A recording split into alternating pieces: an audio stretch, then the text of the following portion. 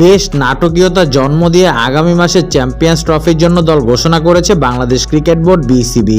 15 সদস্যের দলে বড় খবর সাকিব আল হাসান এবং লিটন কুমার দাসের না থাকা। নতুন করে ওপেনার হিসেবে জায়গা পেয়েছে পারভেজ হোসেন ইমন। ফেব্রুয়ারির 29 তারিখ থেকে মাঠে গড়াতে যাচ্ছে চ্যাম্পিয়ন্স ট্রফির এবারের আসর। সবশেষ 2017 সালে মাঠে গড়িয়েছে সেরা 8 দল নিয়ে গঠিত চ্যাম্পিয়ন্স ট্রফি।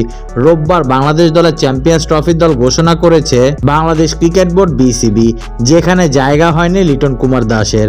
তবে লিটনের না থাকা প্রশ্নের উত্তর দিয়েছে বিসিবির প্রধান নির্বাচক গাজী আশরাফ হোসেন লিপু।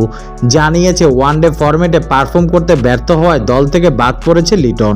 মূলত তার প্রতি দলের আস্থার জায়গাটা খুঁজে পাননি প্রধান নির্বাচক। লিপু বলছিলেন, রানের তীব্র খরায় ভুগছে লিটন, আউটের ধরনগুলো একই রকম। লিটন কুমার দাসের ওপর আস্থার কথাও জানিয়েছে লিপু। তারপরও আমরা তার উপর আস্থা রেখেছিলাম।